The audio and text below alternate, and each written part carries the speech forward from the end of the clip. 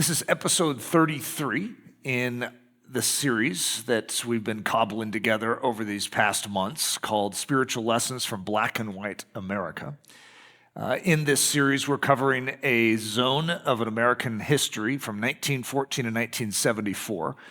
And the reason that I sort of hollowed out this little portion and chose it is from World War I to what we're calling Watergate in 1974. And it's defining to the character, to the disposition, to the current countenance of our country. And so much of what defines our country today is being defined in and through this time period. And so black and white, not just meaning racial, but also photography, television, movies, they're all black and white in this period of time, even though color has come about. And in the 60s, you'd think we would have switched it all over, but it takes a while for our country to get around to things. And so you're going to start seeing color, like photography and photojournalism is still going to be black and white up through Watergate. And so most of our cultural memory of this time, if not all of it, is black and white, which is just a unique thing to think of our memories being in black and white, just because that's the way we've seen the pictures. That's the way we've seen, like when you think of World War I, you think black and white. When you think World War II, you think black and white. And it's just an odd thing until you see a movie version of it that sort of messes with my imagery that I'm trying to create here. But it's also a season of great dogmatism and extremities. And so you're going to see extreme rift between right and left political persuasions. You're going to see a great hostility within our country. Ideologically, you're going to see a very sharp dogmatism over the issues of communism and the concern over the invasion of this atheistic model of government making its way into our Christian culture. And you're going to see something known as the Cold War, which is right where we're at now in the storyline, is following World War II, you're going to have a rift with our ally, which was the Soviet Union. They were an ally, if you can imagine that, in World War II. And one of the reasons we were able to put down Hitler was because of the Soviet Union. And yet the Soviet Union then is going to come into Eastern Europe to push Hitler out. And they had made an agreement. They'd made it very clear. They're not looking for territory. They're not looking for an expansion. And then when World War II was over, they didn't leave. And this is going to create a great consternation because it's not just that they didn't leave Eastern Europe and they settled in there and it came under their boot, but then they're going to move into other parts of the world, China and North Korea, and ultimately Vietnam. And so all of that storyline is happening right now in America. And this particular message, which is, there's certain things about this that I think are really neat. And one is that it's episode 33. First of all, I like numbers, right? So 33 is always, and I don't know if it's just me, but for me, there's certain numbers that just equate to something instantaneously. And 33 is the year of Christ's death in my mind. And so it's always like the year of the man's sacrifice, right? Which is sort of cool in how that plays into this particular message. And it's not that I strategized it, it's just sort of how it worked. And I thought that was sort of a wink from heaven. But this one is the only message, I think, in the entire series so far that I've actually named after the name historically that we have, which is the Cuban Missile Crisis. I had some really cool names that I was thinking of using, but I figured I would just be plain spoken in this. This is the Cuban Missile Crisis. This is arguably the most desperate, fearful event in all of American history. Which, that's saying a lot, considering we've had a lot of very, very fearful events in American history. But this probably ranks at the top of my list in observing American history. It is such an extremity point for our country where most people felt like it was the end of their life. And they're going through all of that existential crisis of like, who am I? What did I live for? I mean, their life is passing before, what have I done to, if I die today? I mean, it's very interesting. An entire nation is facing this. And it wasn't just our nation, it was the world. It really did seem like it was the end of the world. October 1962. So I'm saying the closest America ever came to nuclear war. Now, there are some other stories that I could give which are rather profound to show how nuclear war could have started in other situations, but no one knew about it. In this situation, everyone is wide awake and very aware. There's other situations where we could have entered into a nuclear war, but we didn't. And they're really interesting stories, but no one knew about it. So as a result, you never stressed about it. You slept well that night. This is one of those situations where no one's sleeping well that night. So October 14th, 1962, this is going to be a 13-day process. So Bobby Kennedy is going to write a memoir of this event, and he's going to be assassinated before it is published. And so they're going to publish it after he is dead, but it's called 13 Days. And so it's these 13 days that he is writing about, which is an interesting study in and of itself, to be in the Oval Office and actually in the discussions. They're going to record everything that was said in these discussions as these leaders, it's called the ExComm, or the Executive Committee, that are going to come together and literally be working through the data to come to a solution of what they should do, because the world is hanging in the balance. And of course, you don't understand why it's hanging in the balance yet, but I'm just saying, this is pretty amazing. So it's going to start October 14th, 1962, with a very particular event. So 90 miles away, most of us don't think about how close Cuba is to Florida, unless you're from Cuba, and then you're probably very aware of how far it is, but it's very close. 90 miles is actually not that far. And 90 miles from Florida is a country called Cuba, and this country is an embattled country. It is currently at this time led by Fidel Castro. I don't know if you've heard that name before. And the communists are in cahoots with Fidel Castro, who is very anti-American. He's not a fan of what we're doing here, and he's sort of an anti-imperialist. So he's very susceptible to the communist idea. He just wants to put down nations like America. He's 90 miles away, and they're going to start carting in nuclear weapons and aim them straight at the United States. So there's a clear and present danger, and it's spotted in Cuba. So there's a load of maps on this, and this is rather pathetic. You'd have to recognize the tip of Florida up there, and if you don't, then this is very confusing. But the top of the map is going to have that little edge of Florida, where Miami would be hanging out. And then you're going to see Cuba right there, and you're going to see all the missiles just sort of there. Now, America doesn't realize there are missiles there. October 13th of 1962, we don't know that there's missiles there. We know we have a hostile country in Cuba, and we know we have a problem with Cuba. That's not new. It's just that we didn't know they had nuclear power. Nuclear power is a relatively new thing. America was the only country with it, and then because of some great spy work by the communists, they're going to get this data out, and they're going to be able to create nuclear weapons. They're way behind right now, to the point where America has like 25,000 nuclear warheads, and Soviet Union has like 600. All you need is one. One is going to do such massive damage, but it's funny, we have this arms race going on. It's like, what do you do with 25,000 of them?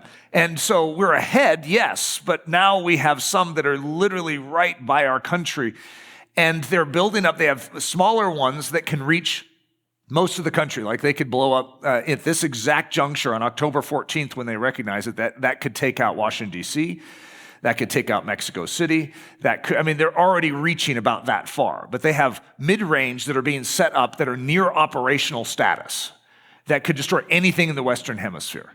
They could literally obliterate the whole Western Hemisphere, and this is what we're discovering October 14th, 1962. Now, it's funny, most of us have grown up in the age of nuclear warfare. Most of us, every one of us has grown up in that, but we haven't necessarily grown up with the intensity that they had then, and that I had. Some of you understand what this was like when you're growing up in the 70s and the 80s. As an outflow of this, we were constantly being taught what was going to happen if a nuclear war went off. I don't know how that's helpful to us, but it's like, everything's going to be obliterated. There'll be radiation in the air, and you have to live in bunkers and things like this. Like, okay, I would rather just die in the nuclear explosion and not have to deal. That's the way a lot of people are having to process this through. And so a lot of us grew up in this Cold War fear, the fear of a nuclear war. And that's, of course, being stimulated in a great way in and through the Cuban Missile Crisis. So the task of leading in the midst of disaster, and that's sort of what my message is today, is I want to talk about what it's like to lead in the midst of a very difficult time. Because for us, what we're being built to do is to actually lead the world in which we live in and through trial and disaster. It's actually our greatest opportunity. It's the greatest stage that exists for influence is when everyone else is fearful. When everyone else is trembling, it actually is your opportunity as a believer to have a steady mind, to be able to hold yourself together and be marked by peace, to help people through it. I've oftentimes said for missions, one of the best missionary opportunities is natural disaster. If there's a natural disaster somewhere in the world, that's actually where we want to be, because that's where souls are opened up. You don't notice your need for stability until you are unstable. And in that instability, the Christian is able to deliver clear stability. And that's important for you to recognize, is that you're not one that in a time of instability becomes unstable. You're a time in a season of instability that affixes yourself to the rock, which means you're not moving. Everything else could be faltering and falling around you. Like everyone else could be lining up at the gas station to, get their gas. And you are not moved the same way. You're at peace. You're at rest. You're confident. God's in control. This is imperative in your development because the first thing you're leading is your own body. And in this body, you need to make choices in a time of trial to be settled and to be rooted in truth and to be calm and marked by peace, the joy of the Lord, thanksgiving. Those things don't go away just because the circumstances around you are chaotic. You are marked by Jesus Christ in this moment. And therefore, after you start leading yourself, if you're married, you can lead your marriage. If you have a family, you can lead your family. If you have a church, you can lead your church. If you have a business, you can lead your business. If you're an influencer in a community, you could lead your community. You have opportunity in those moments to actually influence the world around you. So we're in a situation here so I'm saying the task of leading in the midst of disaster. This situation was possibly the most difficult, presented the most difficult decisions that maybe any president has ever had to make. And I've pondered that through. I don't say that lightly because it is a very challenging situation that John F. Kennedy is in. He's a younger president than we're used to. And so you could sort of think, boy, is this guy going to fall to pieces? To be honest, I'm very impressed with how John F. Kennedy is going to navigate this. So here's Bobby Kennedy. He's writing this posthumously, and it's sort of hard to describe. He wrote this and then was assassinated, and then the book is going to be published. It was not only for Americans that he was concerned, so speaking of John F. Kennedy, or primarily the older generation of any land, the thought that disturbed him the most and that made the prospect of war much more fearful than it would otherwise have been was a specter of the death of the children of this country and all the world. The young people who had no role, who had no say, who knew nothing even of the confrontation, but whose lives would be snuffed out like everyone else's. They would never have a chance to make a decision, to vote in an election, to run for office, to lead a revolution, to determine their own destinies. Our generation had. But the great tragedy was that if we erred not only for ourselves, our futures, our hopes, and our country, but for the lives, futures, hopes, and countries of those who had never been given an opportunity to play a role, to vote A or nay, to make themselves felt.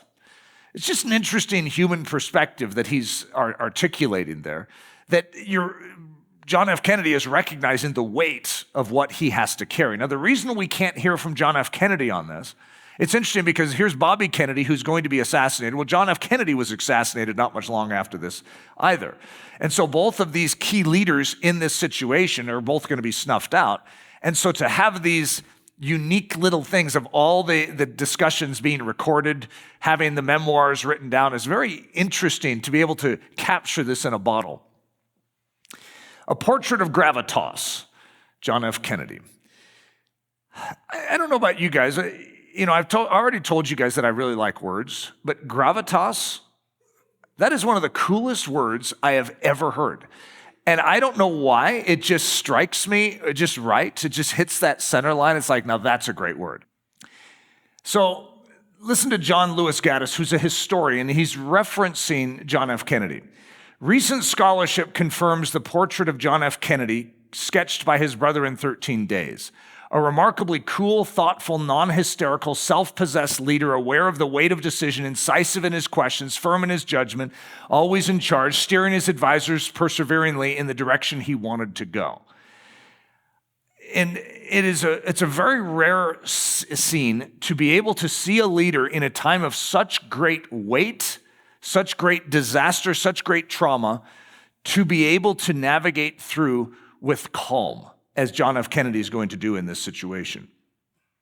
The marvel of gravitas amidst the desperate moments. The human soul must applaud. When you see the marvel of gravitas, because that's what it is, it's a marvel. It is a marvel when someone is held together and is calm and is marked by peace, it is marked by clarity, and is able to lead a decision-making process without falling to pieces. Because if any of you have ever been in a leadership position and you have intensity coming, you can literally feel your hair turning gray.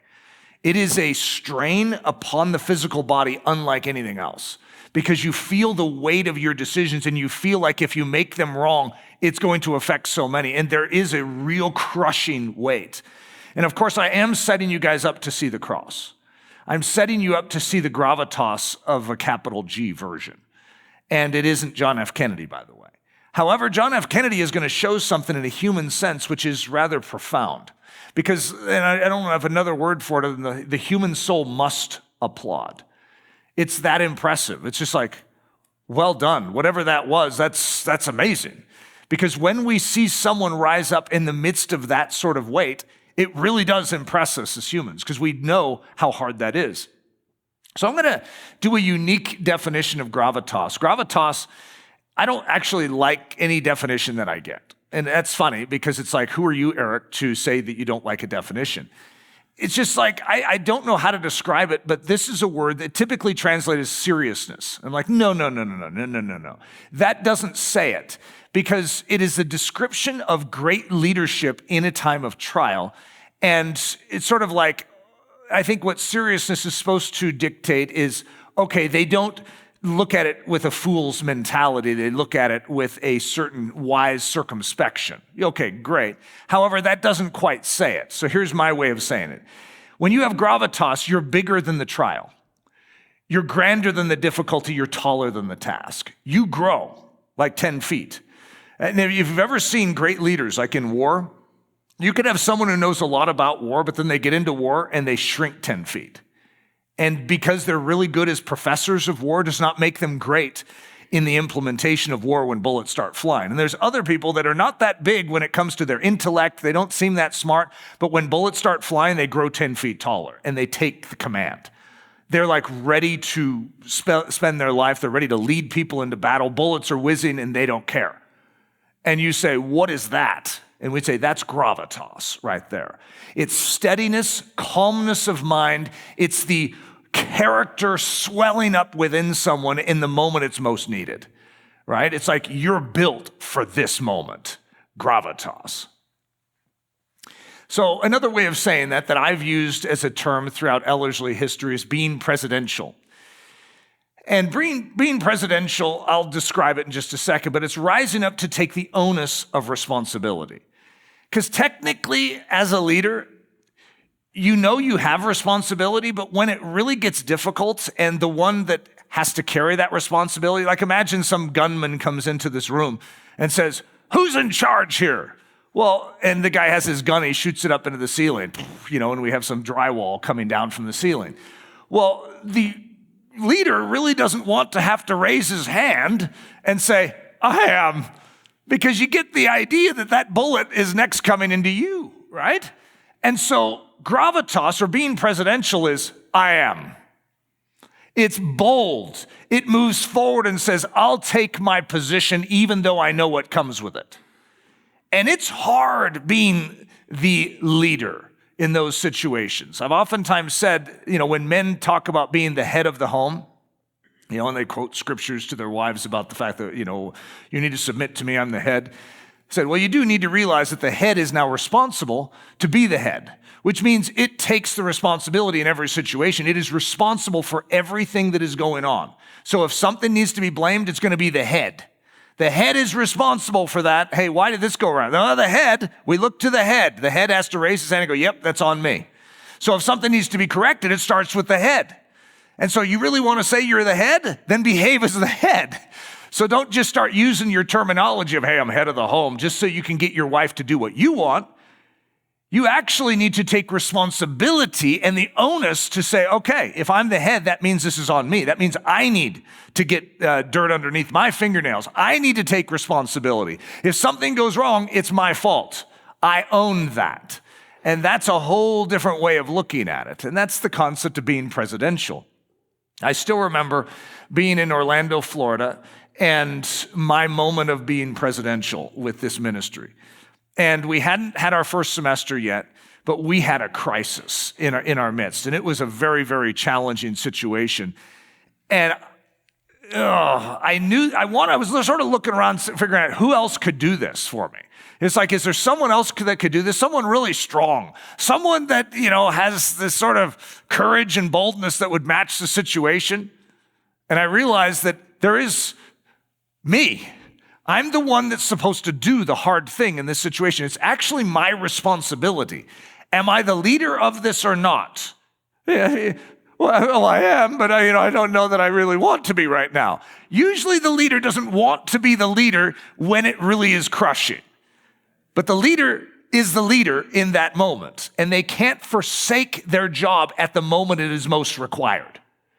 And so you may not want to be the leader right now, but you are. So be the leader. And that's the concept of being presidential. It's like, Mr. President, the country needs to hear from you. They need a calm, steady voice. They need to know that everything is going to be okay. And the president might not feel like everything's going to be okay. However, he needs to exude something that brings peace to his country. Same thing a father has to do. A father has to be the confidence for his children. Bombs could be going off outside, and the father could look at his children and say, we're safe. God protects our home. Guys, you can go to sleep tonight and rest safely. You see, being presidential means to take the onus of responsibility and to take the lead in showing the peace, the joy, the love of Jesus in every situation. To show that God is in control. If God's in control, prove it, O leader. Prove it, O man of God, O woman of God. Show it in and through your life right now. King David says to his son Solomon, 1 Chronicles 28:20, be strong and of good courage, and do it. Isn't that an interesting statement? And do it. Do not fear nor be dismayed, for the Lord God, my God, will be with you. He will not leave you nor forsake you until you have finished all the work for the service of the house of the Lord. Now, it's interesting because you have this commission, which is no small commission. Those are the same words that Moses is going to speak to Joshua. Be strong and of good courage. That's the ancient war cry of the Jews right there. That is exactly what Paul is going to say in the New Testament when he says, "Endridzomai," or quit you like men, be strong. Same words. And he's going to be commissioning his son to rise up and to do a very difficult task, to build the house of the Lord. And listen to this, be strong and of good courage and do it. You see, that last little phrase there is so interesting to me because this is what I feel in those moments where I know that I'm the one that's supposed to lead. I don't want to be the one that needs to lead. Emotionally, humanly speaking, I want out. How did I get into this situation in the first place? Why do I have to be the one? Instead, I want to hear these words. Be strong and of good courage, Eric. Do it. It's that simple. Just do it right now. Don't think about it. Do it. You're the one assigned. The grace is going to be there. Do it. Do not fear. Do it. You see, there's an action in your soul that if you pause and if you consider, you may never do it. But if you just move in agreement with your position, you've been anointed to lead. You will be given everything you need to lead. Jesus is going to be in the Garden of Gethsemane, and he's going to be crushed by a weight of sin that is coming down, a weight of responsibility, a weight of a commission that is bigger than any man can carry. And he is going to request it to pass. And yet it's not his will, but God's will that he submits to. And he does it. He moves forward and does something that is so inexplicable for a human to do, that he is going to carry a weight that no man should be able to carry, and he is going to carry it for us. And that is a leader. And in your situations, I can't define what they are now or what they will be in the future, but I guarantee you your humanity will want to squirm its way out. But you need to know that you've been given an assignment and you've been given grace that is commensurate with that assignment. You will be able to carry precisely what you have been called to carry. Your job is to do it. Don't think about it. Don't squabble with the Spirit of God. Do it. Just start moving. You're going to see the grace of God unfold in your life. So growing 10 feet taller in a crisis, that is precisely what John F. Kennedy is going to do. Now, you may not agree with John F. Kennedy's politics, but the way he is going to lead our country in and through the Cuban Missile Crisis, you have to give a head nod to it. You have to sort of just go, you know what? Well done. Wow. Archibald Primrose, the Earl of Rosebery, isn't that a great name? Look at that name, Archibald Primrose, and then he's the Earl of Rosebery. I mean, that is about as poetic of an existence as I've ever heard. But he is going to give a speech at the, what was it? It was like the 500-year anniversary of William Wallace's win at the Battle of Stirling. And so it's a moment in English history and Scottish history where they're going to come together and they're going to remember William Wallace. And this is part of his speech. It's a great speech, guys. There are junctures in the affairs of men when what is wanted is a man, not treasures, not fleets, not legions, but a man. The man of the moment, the man of the occasion, the man of destiny, whose spirit attracts and unites and inspires, whose capacity is congenial to the crisis, whose powers are equal to the convulsion, the child and outcome of the storm. Hey, Andrew, are we going to be set up? I do have an audio track in this. Are we going to be set up to have that go into the speakers? I'll at least give him a little advance notice. Okay, he's squirming around trying to figure that one out too. All right, guys, so look at this just short list, okay? David at the camp in Elah. Remember where Elah is, the valley of Elah? That's where Goliath is boasting. This is when this little boy, is going to grow 10 feet taller. He is going to take on a role that is bigger than life, and he's going to end up leading his nation, starting right here. This young boy is built for battle, but he needs to step up and do it. The very one who's commanding Solomon to step up and do it, he stepped up and did it in his own life. Moses at the sea's edge, defining moment, guys, in this man's life, where he has to make a decision. He has an entire nation that's been set free from the Egyptians, but they're backed up to a Red Sea. Mountains on both sides, the most powerful military in the world coming, and they're angry. And you got nowhere to go, guys. How are you going to handle the moment? And he is going to grow 10 feet taller in that moment. And he's going to trust his God, even when his own people are picking up stones to stone him, because he brought him into this situation. He is going to trust that God has brought them right here and he has a solution. That's amazing. Phinehas at the mocking moment, when you're going to see him pick up his javelin and silence that which is mocking the law of God in his land. Mattathias, this is in the Maccabees, is at the profaned altar, and he's going to take down the Jewish man who's going to sacrifice a pig on Jehovah's altar. And it's being done purposely to try and Hellenize the Jews and to profane the Jewish sacrifice. And so Mattathias is going to kill the Jew in front of the Greeks, and they're going to have to go into hiding. It's going to lead to the Maccabean revolt. Wallace at Roslyn, great story, where he is going to need to take a stand, but in so doing, he needs to risk his own life because the elders of Scotland are actually looking for him to kill him and to turn him over to King Edward. And so even those of Scotland have betrayed Wallace. So he is going to come back in hiding, like in an outfit where no one knows that it's him, and he's going to fight on behalf of Scotland. But Scotland needs a leader, and they need him now. And the only man that Scotland will follow is William Wallace, and he knows it. So he goes up to the top of a promontory, a big rock, tears off his helmet, and shouts to the Scots to follow him, knowing that it's going to cost him his life in so doing, because he's exposing where he is, his location. But the Scots are going to win that battle because of Wallace's leadership. Churchill in the darkest hour.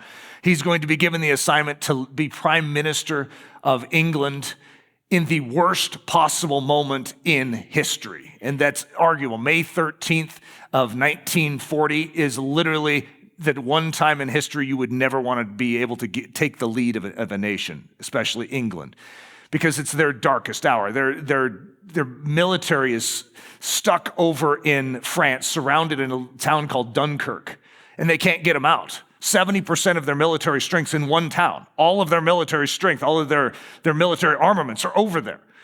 And if they lose them, they have nothing. Their entire shores, they're going to be invaded, and they have no defenses against the Nazis. And this is when Churchill inherits the leadership. And that man is going to grow 10 feet taller when he does. I mean, it is one of the most inspiring stories you could ever read, is just Winston Churchill taking the leadership of a country that is dying. Eisenhower on D-Day. Wow. Guys, when you see leadership, I mean, this is one of the most crushing challenges that I've ever studied, and that is the decision of when to invade. I know that doesn't sound like much, but they had just a little narrow window. And the meteorologists, they have to cross the English Channel, which is the most unpredictable crossing. They could lose the battle just by sinking in the English Channel on the way across. And the meteorologists of Great Britain are giving them one reading, and the meteorologists of America are giving a different reading. And he has to make a choice. He's risking everything, because if the Allies do not make this crossing, they do not win at Normandy, there could be millions more deaths, because it'll be a stalemate it could be decades. This is their one opportunity. They've prepared for 2.5 years, and everyone looks at Eisenhower. What are we supposed to do? Oh, wow. And he's going to make a decision that changes history. Okay, I'm not even teaching that right now. And some of you are like, what? That one's called Being Presidential in my World War II series. Okay, you guys can look into that. It's a good one. Kennedy in October of 62. That's where we're at. That's the story I'm talking about today. The President of the United States, John F. Kennedy, that's his official presidential photo. Don't you wonder how they come up with an official presidential photo? He's going through a whole pile of his, like, yeah, I like that one. The Soviet premier, Nikita Khrushchev. Oh, look at that guy. That's intense. So Stalin has passed on. Now we have Nikita Khrushchev, and these are the two that are embattled in this storyline. Now, Fidel Castro is in the story. However, he's not one of the key decision makers, which is going to make him really mad in the years to come. This is going to sponsor a whole depth of rage inside of Fidel Castro, because Nikita Khrushchev is not going to talk to him throughout this process. So this is called the Cuban Missile Crisis.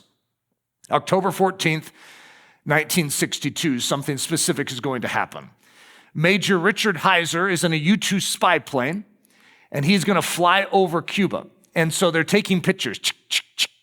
It's like 850 or so pictures they're going to take of these installations that Major Heiser is going to see. And he's going to notice that there's an aggressive military buildup in Cuba. So he's going to bring back these pictures. He doesn't know what they translate into. Now they need these specialists that examine the photography. So October 15th, 1962, CIA analysts examine Major Heiser's photographs, and they detect nuclear missile sites nearing operational status. They can see that there's short-range missiles already there aimed at America, and they're also going to recognize that they're building up medium range, which means if they have medium range, it's like you have long range over in the Soviet Union, but medium range can devastate anything in the Western Hemisphere. That means everything in the Western Hemisphere is now subject to the fear of these missiles. October 16th, 1962, President Kennedy is informed. His team of advisors, known as ExComm, or Executive Committee, is invited to the White House. So I just love that picture. There's something about that picture. You see Kennedy sitting there all calm on one side. You see Bobby with his head is the furthest to the left over here. That's just a very intriguing thing. It's like I wish I could be a fly on the wall and just sort of watch and listen in that. It's interesting because these things have been recorded, and so we actually have a lot of detail. It's days worth of discussions. It's not the easiest thing to study through or wade through. Bobby Kennedy, and this is going to be written in his 13 days, he was Attorney General at the time, and so we argued, and so we disagreed. All dedicated, intelligent men disagreeing and fighting about the future of our country and of mankind. It's that important. No one in America knows yet what's going on. These guys know. And they're trying to figure out what they do in response. And so what do we do? Because no matter what we do, we create a potential problem. And the hazards that can be created are very, very real right now. So they're going to come up with 6 options. So these are as determined by Kennedy's executive committee. Option number 1, do nothing. American vulnerability to Soviet missiles was not new. We've had missiles aimed at us for a long time. What if we do nothing? Okay, that, by the way, no one voted for that, but that is an option, so they're putting it on the table. Option number 2, diplomacy. Use diplomatic pressure to get the Soviet Union to remove the missiles. Option number 3, secret approach. Offer Castro the choice of splitting with the Soviets or being invaded. Option number 4, invasion. Full force invasion of Cuba and overthrow of Castro. Option number 5, airstrike. Use the U.S. Air Force to attack all known missile sites. And option number 6, blockade. Use the U.S. Navy to block any missiles from arriving in Cuba. So as they are making this system operational, they're still carting in goods, military goods. And so a blockade would be to surround that. Now, one of the things they're going to discover, their legal team is going to be there, and they say, well, in the official terminology of war, a blockade is an action of war. So you would be declaring war on the Soviet Union if you form a blockade. History.com. The Joint Chiefs of Staff unanimously agreed that a full-scale attack and invasion was the only solution. So the Joint Chiefs of Staff are going to be the heads of the military, and they're going to unanimously say, we have to full-scale go in and take out Cuba. They believe that the Soviets would not attempt to stop the U.S. from conquering Cuba. President Kennedy, and this is what he's going to say to his his executive committee, they, no more than we, can let these things go by without doing something. They can't, after all their statements, permit us to take out their missiles, kill a lot of Russians, and then do nothing. If they don't take action in Cuba, they certainly will in Berlin. So Berlin is going to be the issues of East-West Germany, if you remember the wall. And so they know that that's where the penalty is going to come. Even if they don't attack Cuba, they're going to destroy Western Germany. And so Kennedy's saying, look, we can't, if we do something, there's going to be retaliation somewhere. And that's going to be on my head. I need to make sure that the tactic we use is going to be the best one. Guys, you just want war. And he had just gone through what's called the Bay of Pigs. Now, I'm not teaching on that, but it was what the Joint Chiefs of Staff, they came and said, you have to do this. And so he did, and it was an absolute disaster. So Kennedy is already now, remember we talk about fact, faith, and experience. His experience is don't trust the Joint Chiefs of Staff. He just feels like they just want war no matter what. He doesn't want war. That's actually one of the things I really like about him. That's a nice feature, guys. President Kennedy, and this is going to be written to the Soviet Premier Nikita Khrushchev. The one thing that has concerned me has been the possibility that your government would not correctly understand the will and determination of the United States in any given situation, since I have not assumed that you or any other sane man would, in this nuclear age, deliberately plunge the world into war, which it is crystal clear no country could win and which could only result in catastrophic consequences to the whole world, including the aggressor. So instead of doing a blockade, they're going to do something known as a quarantine. And they're going to purposely use that word because that's not a word that indicates war. So they are going to quarantine the island of Cuba, not blockade it. Just so you know, this is not a blockade, this is a quarantine. So October 22nd, 1962, the president addresses the nation. Are we ready for the audio? Okay, so I'm going to actually give a portion. It's a 17-minute speech, and I wish I could just do the whole speech, guys, but it would be a long speech. I'm going to give about 4 or 5 minutes of the speech, and just so we can hear his voice and hear what America was hearing. It's just the first 4 minutes or so. The President's television address to the nation on the Cuban situation. From the President's office in the White House, October 22nd, 1962. Good evening, my fellow citizens. This government, as promised, has maintained the closest surveillance of the Soviet military buildup on the island of Cuba.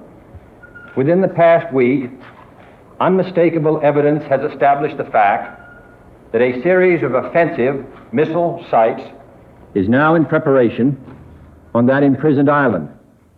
The purpose of these bases can be none other than to provide a nuclear strike capability against the Western Hemisphere. Upon receiving the first preliminary hard information of this nature, last Tuesday morning at 9 a.m., I directed that our surveillance be stepped up. And having now confirmed and completed our evaluation of the evidence and our decision on a course of action, this government feels obliged to report this new crisis to you in fullest detail. The characteristic of these new missile sites indicate 2 distinct types of installations. Several of them include medium-range ballistic missiles capable of carrying a nuclear warhead for a distance of more than 1,000 nautical miles. Each of these missiles, in short, is capable of striking Washington, D.C., the Panama Canal, Cape Canaveral, Mexico City, or any other city in the southeastern part of the United States, in Central America, or in the Caribbean area. Additional sites not yet completed appear to be designed for intermediate range ballistic missiles, capable of traveling more than twice as far, and thus capable of striking most of the major cities in the Western Hemisphere, ranging as far north as Hudson's Bay, Canada, and as far south as Lima, Peru. In addition, jet bombers capable of carrying nuclear weapons are now being uncrated and assembled in Cuba, while the necessary air bases are being prepared. This urgent transformation of Cuba into an important strategic base by the presence of these large, long-range, and clearly offensive weapons of sudden mass destruction constitutes an explicit threat to the peace and security of all the Americas, in flagrant and deliberate defiance of the Rio Pact of 1947, the traditions of this nation and hemisphere, the joint resolution of the 87th Congress, the Charter of the United Nations, and my own public warnings to the Soviets on September 4th and 13th. This action also contradicts the repeated assurances of Soviet spokesmen, both publicly and privately delivered, that the arms buildup in Cuba would retain its original defensive character, and that the Soviet Union had no need or desire to station strategic missiles on the territory of any other nation. The size of this undertaking makes clear that it has been planned for some months. Yet only last month, after I had made clear the distinction between any introduction of ground-to-ground missiles and the existence of defensive anti-aircraft missiles, the Soviet government publicly stated on September 11th that, and I quote, "The armaments and military equipment sent to Cuba are designed exclusively for defensive purposes," unquote.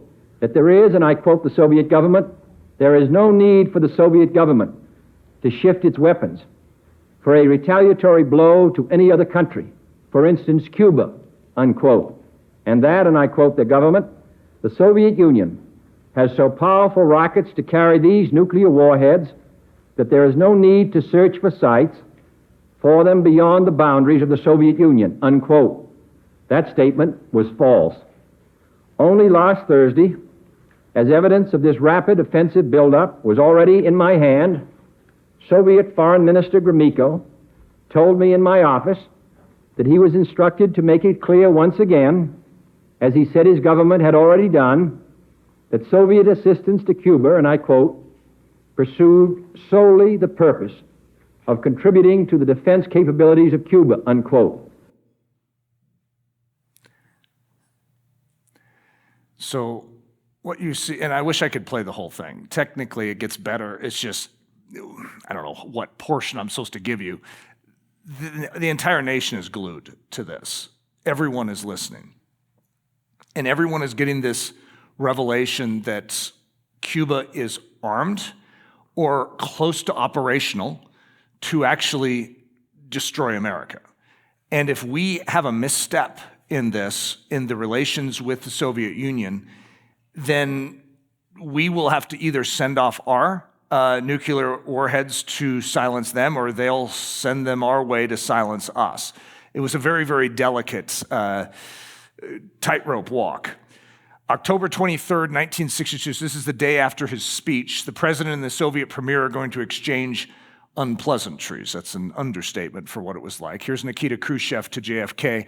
The weapons are intended solely for defensive purposes. That was the exact line that they've been saying over and over and over again. This is all for defensive purposes. And so then President Kennedy to the Soviet premier, you started the crisis by secretly sending missiles to Cuba. President Kennedy is going to make the statement, we will not prematurely or unnecessarily risk the costs of a worldwide nuclear war in which even the fruits of victory would be ashes in our mouth. But neither shall we shrink from that risk any time it must be faced. This is the challenge, is both countries have to make it very clear that they're ready to push the button. If one country begins to cow and to get mushy, the other country will immediately begin to dominate the discussion. So this is the art of brinkmanship, of coming to the edge of a cliff. I gave a message called The Game of Chicken, and where two cars are aimed towards each other, and it's the first one to veer off that's the chicken. And yet, if neither veers off, guess what? There's destruction. And that's exactly what we're dealing with here. We're dealing with the game of chicken. So this is just something I came across. The Chinese People's Daily, I don't actually know what that is, if that's like the newspaper or some type of official media source in China. This is what the declaration that came to America was. 650 million Chinese men and women are standing by the Cuban people.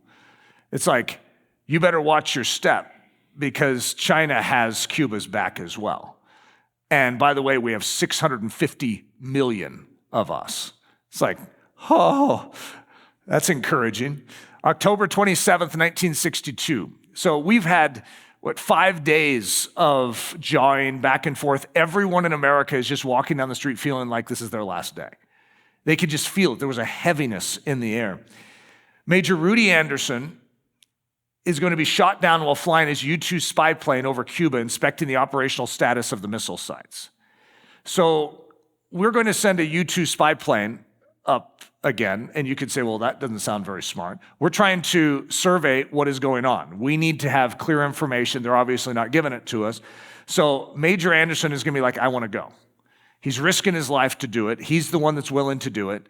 And I'll give you a little more of the backstory here. Soviet Lieutenant General Stepan Grechko, with his, I don't know why there's a period in front of the with there, with his commanding general absent, Grechko gave the implausible order. So this is the quote that we have from history. He knows that Anderson is up there, and he's taking pictures. So he says, our guest has been up there for over an hour. He is discovering our positions in depth.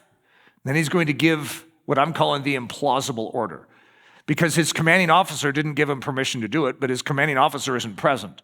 So he's going to actually order, destroy target number 33. Now remember how I said 33 is a pretty interesting number here? Because this is episode 33, and that was called target number 33. And Grechko is going to give the order to destroy it.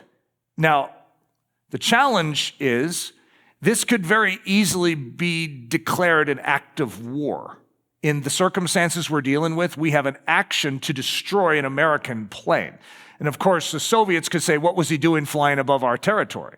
And the Americans could say, what are you shooting him down for? Don't you realize how delicate our talks are? And you're going to literally shoot down one of our pilots? History.com says, within hours, word of the shoot down reached the White House cabinet room, which all day long had crackled with tension amid news that the Soviet nuclear missile sites in Cuba were nearly operational. They're almost operational. They're going to be ready to go at any time. And then they shoot down Major Anderson. Paul Nitze, the Assistant Secretary of Defense, says, they fired the first shot. You can just sort of imagine, if we could get into the emotion, the movie emotion of this. They fired the first shot. That's in other words saying, we have to respond. You don't just sit by and do nothing in these moments. President Kennedy, we are now in an entirely new ball game. In other words, this changes everything. We were already on the brink, and now we have these, quotes coming out. I don't know how you're feeling, if you feel like we're very stable as a country right now. I mean, this is a nuclear bomb, even just one. We're talking potentially not just hundreds of thousands. If it's a major area, millions. And there's going to be a retaliation no matter what. So that means not just millions here, but millions there. You're talking about a massive issue in world history that is hanging in the balance right now. Bobby Kennedy, in his memoirs, 13 Days, says, there was a feeling that the noose was tightening on us all, on Americans, on mankind, and that the bridges to escape were crumbling. So if you're doing a good storytelling thing, which it's sort of hard for me to do because this is not the easiest story to tell. It's a very political one, which doesn't always have the action adventure of a bridge crumbling and some guy leaping across. But that's still the mental picture you need to recognize is there. It's in this storyline is that the noose is tightening, the bridge is crumbling. We're not going to make it out of this. Everyone's going to die. No.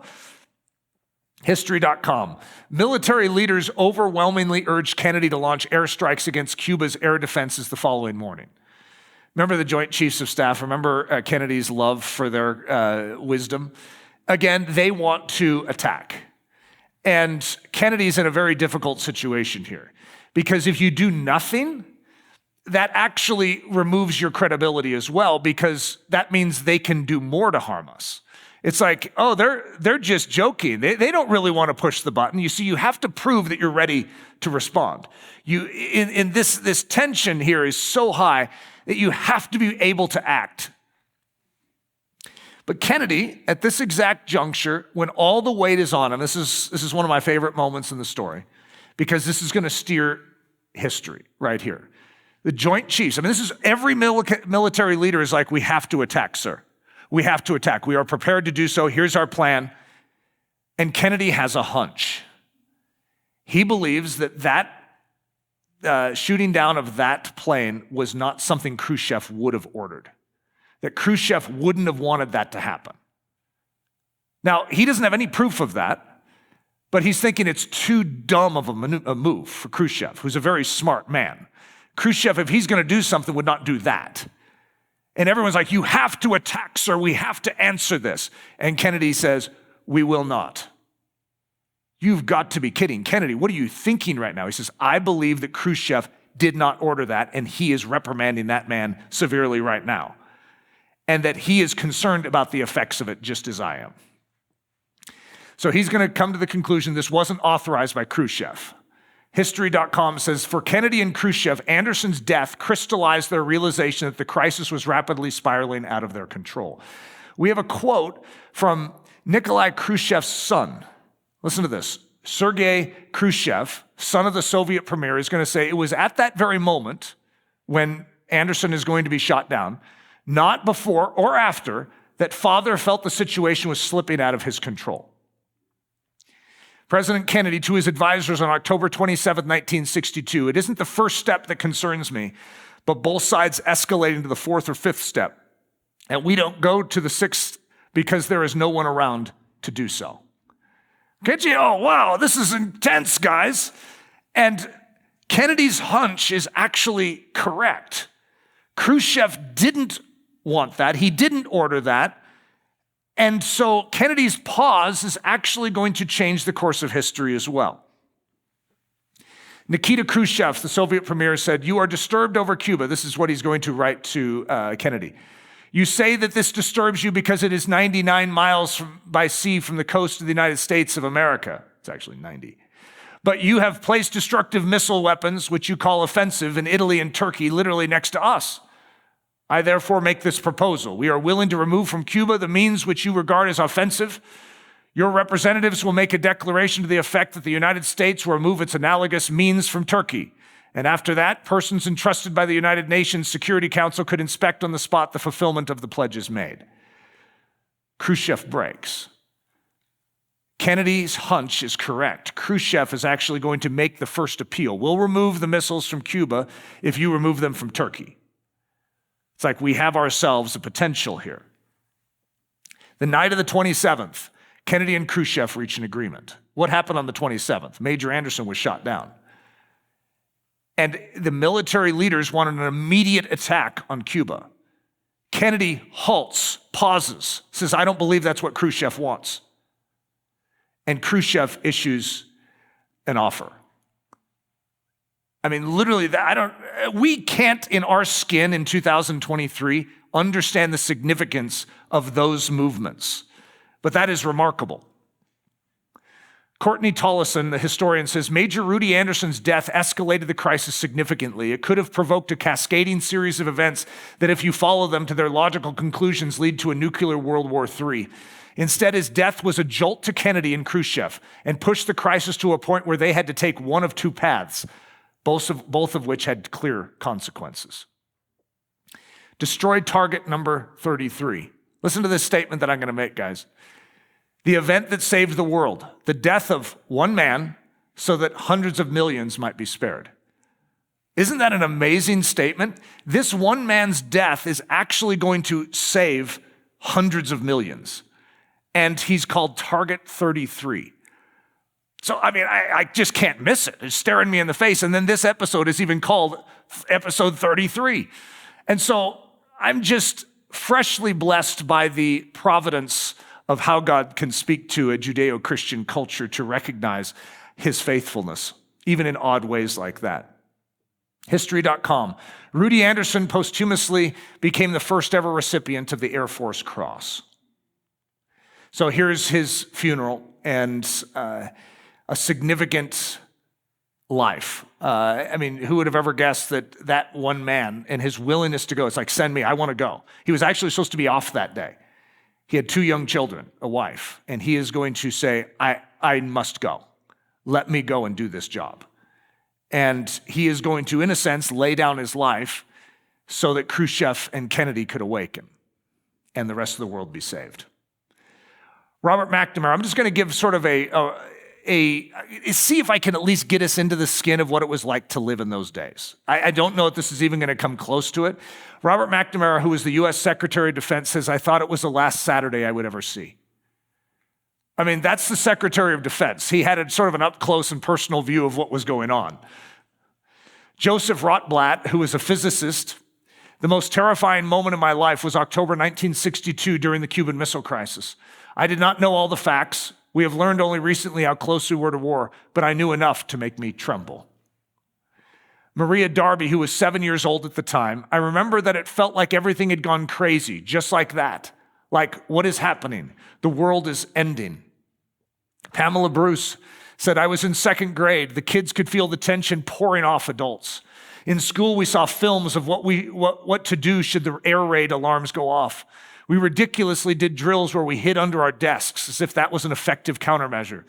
My dad was an Air Force pilot who was required to remain on base at the ready for the duration of the crisis, so Mom had to reassure us kids. John Tierney, I recall sitting in front of the television as my family watched Kennedy's address to the nation on the night of the 22nd, and I remember going to school the next day, afraid that missiles might blow us all up at some point in the following days.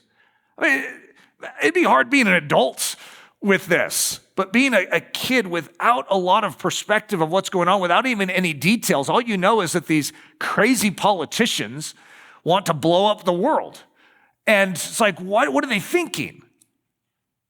Mendel Cooper, this is a very fascinating point. It was frightening. In homes, the news was on constantly on radio and TV. Walking to school, I remember listening for the sound of civil defense sirens and hoping I wouldn't hear them today. And then there was the anger, the rage against the adult world. I was maybe going to die because of some stupid political disagreement, and I'd never get the chance to live out my life.